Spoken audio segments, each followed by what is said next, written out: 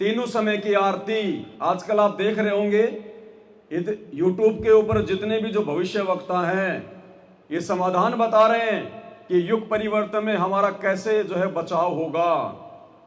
वो भविष्य मल्लिका की भविष्यवाणियां बता रहे हैं कि जो व्यक्ति त्रिकाल संध्या करता है, त्रिकाल संध्या यानी 3 समय की आरती जो व्यक्ति जो करेगा उसका बचाव होगा। कहते हैं जो त्रिकाल संध्या करते हैं उनकी बात देवता बहुत जल्दी सुनते हैं। त्रिकाल संध्या क्या होता है?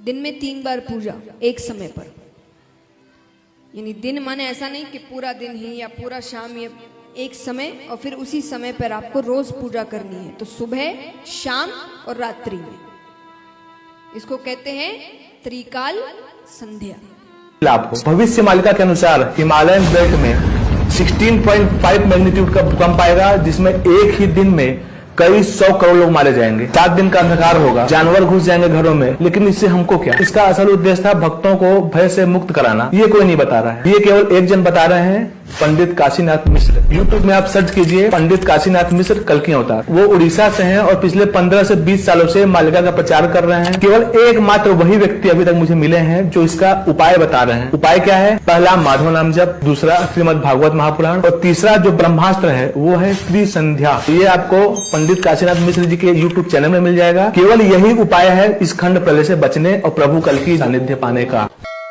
विश्व युद्ध 2025-26 में शुरू होगा। अच्युतानंद ने तो यही लिखे, ओलिए युद्धटी है वो आदेश देवटी माधव। कौन आदेश देंगे? माधव। बोलो प्रेम से अंधे कवार हरि हरि। माधव कल की, जो कल की मानव शरीर में आएंगे वही माधव का निर्देश पर युद्ध होगा। और प्रभु ने युद्ध को रोक के रखे क्योंकि भक्तों का उद्धार नहीं हुआ है। भक्तों का उद्धार नहीं हुआ है, इसी कारण युद्ध देरी हो रहा है, यानी देर हो रहा है। उसी से पहले प्रिपरेशन हो जाओ। अरे भगवान तो चाहते हैं सबको उद्धार करने के लिए। भगवान तो कोई जाति धर्म वर्ण देखते नहीं। अच्युतानंद ने तो लिखे हैं, कहीं भक्त के ऊपर गोली चलाएंगे तो भक्त बच जाएगा। तो भक्त को त्रिकाल संध्या करना जरूरी है ताकि वो बचेगा, नहीं तो नहीं बचेगा।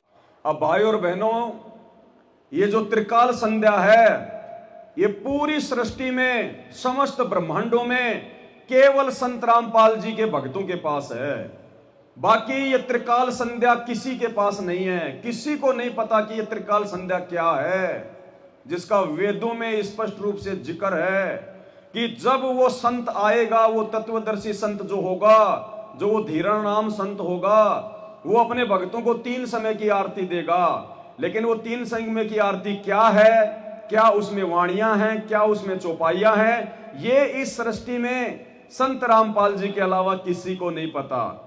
और हम संत रामपाल जी के भगत, इस पूर्ण परमात्मा के भगत, ये त्रिकाल संध्या वर्षों से करते आ रहे हैं, वर्षों से करते आ रहे हैं। तो बाढ़ भी बाका नहीं होगा जो अपने गुरु को भगवान मानकर और पूर्णतया मर्यादा में रहकर।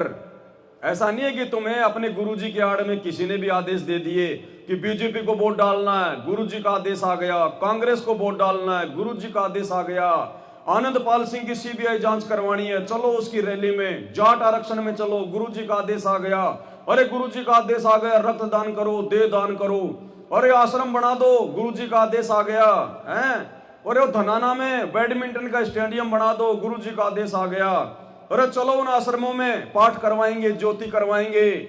उनकी कोई टट्टू रक्षा नहीं होगी, बेमौत मरेंगे, अकाल मौत मरेंगे। संत रामपाल जी के खुद के 90% भगत जो उन आश्रमों में अपने गुरुदेव के ना रहते सहते, गुरु भगवान बैठे जेल में, आश्रमों में कौन बैठा है? काल, सारे उल्टे कर्म करवा रहा है, सबकी मर्यादा तोड़वा रखी है।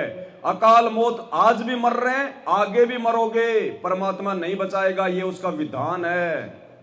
ये बचाव केवल साथ संगति से जुड़े हुए भाई बहनों का होगा जो पूर्णतया मर्यादा में रहकर अपने गुरु को भगवान मानकर उन्हीं के प्रति समर्पित रहकर जो दृढ़ता के साथ में भक्ति पर लगे रहेंगे। अन्यथा बचाव नहीं होगा, या फिर उन लोगों का बचाव होगा जिनके पिछले संस्कार मजबूत हैं, वो चाहे भगत हो चाहे जगत हो, या उनका बचाव होगा। अन्यथा भाई सब जाएंगे।